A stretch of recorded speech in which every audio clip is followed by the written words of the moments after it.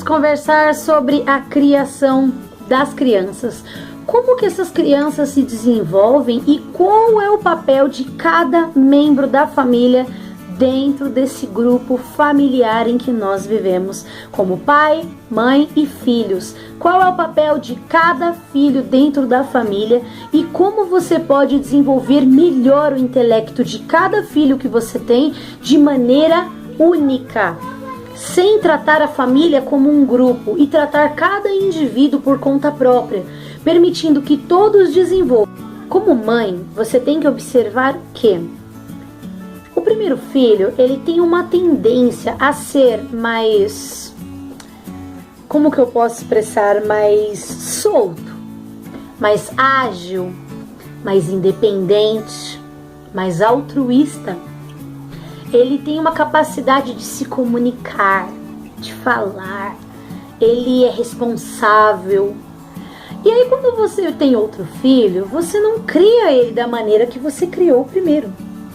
Você não cria com os mesmos níveis de exigência, você não cria com os mesmos níveis de responsabilidade, você não exige tanto daquele novo ser humano como você exigia do anterior. E aí vem aquela pergunta, mas você não deseja que todos tenham o mesmo tipo de criação? Não é esse o plano? Criar todos os filhos com as mesmas características? Não iguais, porque nenhum ser humano nunca é igual ao outro, mas por que não criar os seus filhos possuindo os mesmos direitos? Pensa nisso, tá? Porque nem sempre o mais velho tem os mesmos direitos que os mais novos. E por que isso tudo acontece? Não é por maldade do pai e da mãe.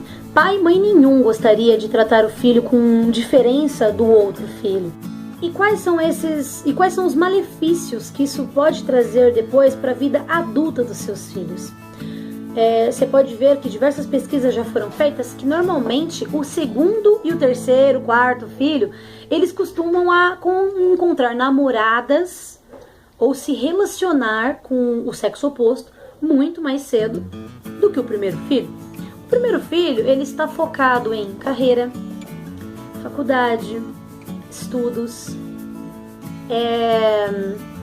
ele está mais focado em capacidade financeira própria, ele foca nisso.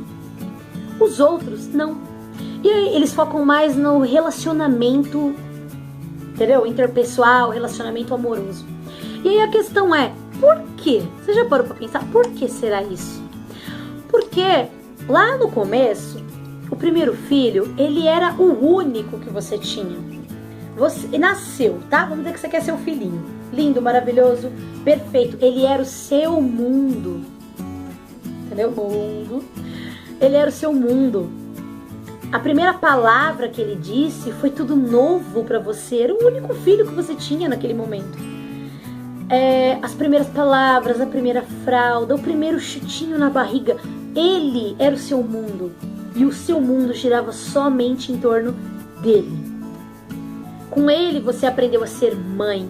Com ele você aprendeu a enfrentar tudo e todos. Com ele você aprendeu a virar noites sem dormir. Ele te ensinou a ser a mulher forte que você é hoje. E inconscientemente isso ainda estava ali guardado na sua cabeça. Nele você perdeu muito tempo, você perdeu você dedicou a ele muito do seu tempo, muito carinho, muita dedicação, muito amor. Quando você engravidou do segundo filho, provavelmente você pensou, meu Deus, será que eu vou conseguir amar ele do jeito que eu amo o primeiro? E se eu não conseguir ser uma mãe igual ao que eu fui pro primeiro? Toda mãe pensa isso quando tá grávida do segundo filho. Quando ele nasce, você descobre que o amor é igual. E você faz de tudo para ser a mesma mãe. E você até tenta, você realmente se empenha em tentar ser uma mãe igual para os dois. E aí vem o primeiro erro. Porque ser uma mãe igual para os dois é diferente em ser uma mãe incrível para um. Um teve uma mãe incrível. E depois ele vai dividir com o outro. Mas aquela mãe incrível a princípio, ele teve um dia. O segundo filho, não. O segundo filho já nasceu dividindo. O segundo filho já nasceu não tendo um amor incrível só para ele. O segundo filho já nasceu não sabendo como ser a pessoa mais importante da vida de alguém. Entende isso? E essas carências emocionais que vão sendo criadas conforme o tempo vai passando, elas fixam. E esse amor que faltou lá no comecinho pra ele, que você a princípio está dizendo, não, mas não faltou não, eu amo ele, eu abraço ele, eu beijo ele. Mas nunca vai ser da mesma maneira que você faz ou fazia com o primeiro. Entende? Por mais que você beije e abrace, não está sendo exatamente como era com o primeiro. E essas carências emocionais ele desconta em relacionamentos no futuro. Você pode perceber, analisa, o filho mais velho ele foca no futuro dele. E o segundo ele foca em relacionamentos. Ele quer se sentir amado, ele quer se sentir querido, ele quer ter alguém que ache que ele é o mundo dessa pessoa. Ele quer ser o mundo de alguém. Porque ele nunca foi o seu mundo. O seu mundo já se dividia entre dois seres quando ele nasceu. Isso é importante. Se você possui um irmão e você é uma mulher, isso não aconteceu com você. Por quê? Porque quando você tem um casal de filhos, você só teve um menino e você só teve uma menina. Os dois são o primeiro filho. Os dois passaram pelo mesmo processo, pela mesma dinâmica, pelo mesmo carinho. Eles foram tratados diferente. Porque um era o primeiro menino e o outro era a primeira menina. É a primeira vez que uma menina nasce na sua barriga. Primeira vez que um menino nasce na sua barriga. É o primeiro chutinho da menina. É o primeiro chutinho do menino. Então é como se você tivesse tido dois primeiros filhos. A mesma coisa pode acontecer também quando você tem filhos com uma diferença de idade muito grande. Por exemplo, 10 anos de diferença. O primeiro filho veio e depois de 10 anos veio o segundo. O segundo filho, quando nasceu, o primeiro já estava totalmente formado intelectualmente. E o segundo se tornou o primeiro novamente, porque é tudo muito novo de novo. E você pode concentrar toda a sua dedicação naquele segundo filho. Então, tecnicamente, você teve dois primeiros filhos. Então, não haverá tanto problema. Mas quando você tem a diferença entre até 6 anos de diferença, sim, esses problemas acontecem. E quando são do mesmo sexo também. Então, como eu faço para o meu segundo filho desenvolver da mesma maneira que o primeiro? Como eu faço para o terceiro filho se sentir amado e querido assim como os outros dois? Sendo que eu tenho trabalho, casa, roupa para lavar, casa para limpar, comida para fazer, marmita do marido, lancheira dos filhos, material escolar todo ano, uniforme para lavar e entregar cada um na sua escola.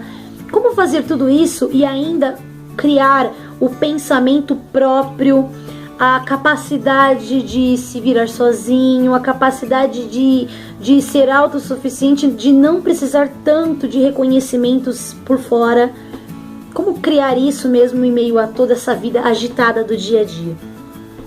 Dica número 1.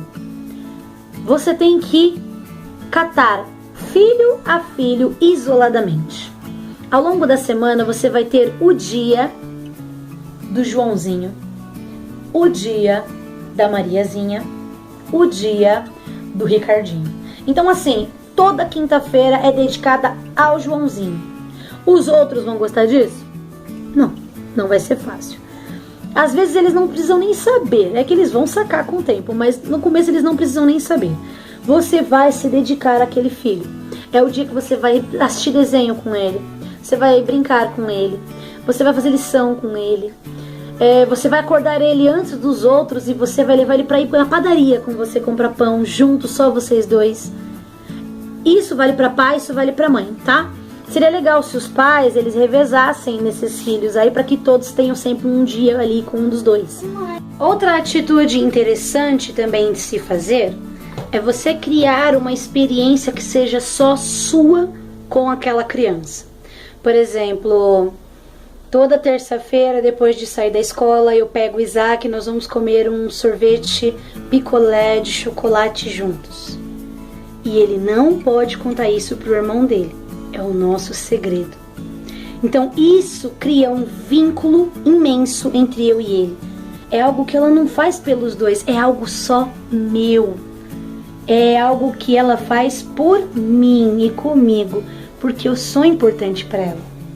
E aí, quando o Isaac tá na escola, toda, sei lá, uma vez por mês, eu levei o Isaac pra escola, eu volto, pego o Miguel e falo, olha, nós vamos hoje no cinema e vamos comer um lanche lá no shopping.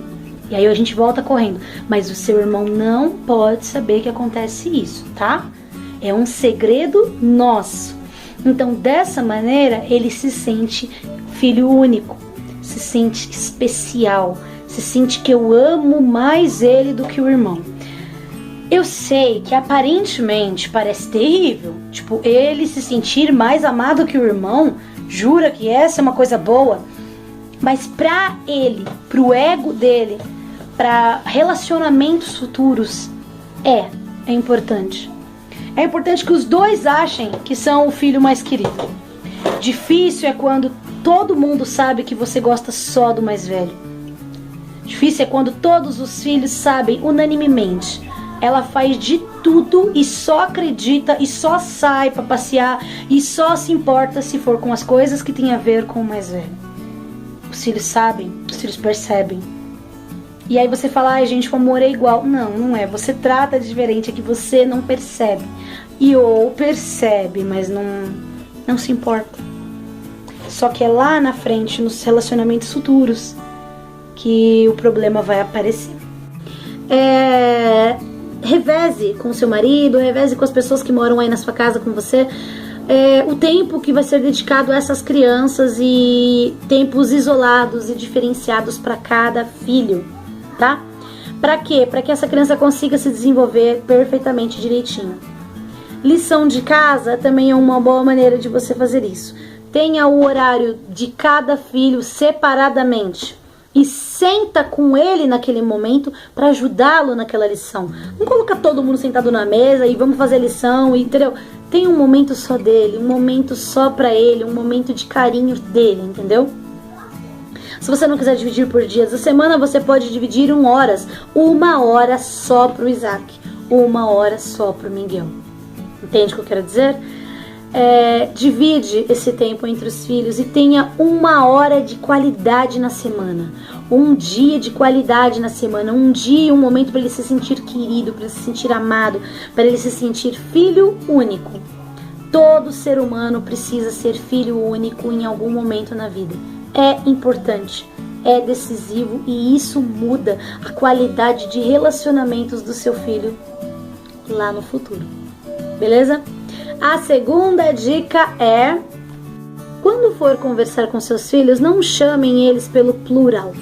Por exemplo, meninos, vem aqui que a mamãe quer falar com vocês. Não é meninos. Você não tem um bando, você não tem um grupo. Você tem pessoas individuais. Isaac e Miguel, venham aqui pra me falar. Eu não vou gritar isso, porque senão eles vão vir correndo falar comigo. Isaac e Miguel, venham aqui falar comigo. Aí eu chamo eles e eles vão falar comigo. Isaac, por favor, coloca os pratos na mesa. Miguel, por favor, coloca os copos na mesa. Permita que cada um tenha a sua responsabilidade. Terceira dica: nunca haja como se um fosse pequeno demais para saber aquilo naquele momento. Um filho tem 1 ano e o outro tem 4. Trate os dois igual. Vamos hoje aprender a amarrar cadarço, tá? Isaac, senta aqui, puxa aqui, dá um nozinho e puxa. O Miguel, muito menor que ele, às vezes não vai ter capacidade para aprender naquele momento aquilo, mas você vai sentar ele do lado e vai ensinar os dois juntos, para ele perceber que você não tá dando prioridade para um e não para o outro. Entende o que eu quero dizer? Você não sabe o dia de amanhã. Talvez você não esteja aqui amanhã para ensinar o outro filho também a amarrar o cadarço. Se você pode hoje ser carinhosa com os dois, seja com os dois. Você é o mais velho, é sua responsabilidade cuidar do cachorro. Não é o cachorro do fulano, o cachorro do ciclano. O cachorro é dos dois. Coloca a comida no potinho, fala pro pequenininho, leva lá e põe lá pro cachorro comer. Ele tem que aprender a ter responsabilidade. Então esse foi o vídeo de hoje. Eu espero que vocês tenham gostado. Se você tiver alguma pergunta, alguma dúvida, pode mandar pra mim. Se vocês gostaram do tema do vídeo de hoje, gostariam de saber mais coisas sobre relacionamento familiar, educação infantil, como lidar com os pequeninos, manda aqui embaixo pra mim escrevendo ou dá um joinha pra mim saber se você curtiu esse tipo de vídeo. E aí eu continuo fazendo mais vídeos assim. Um beijão pra vocês e tchau, tchau!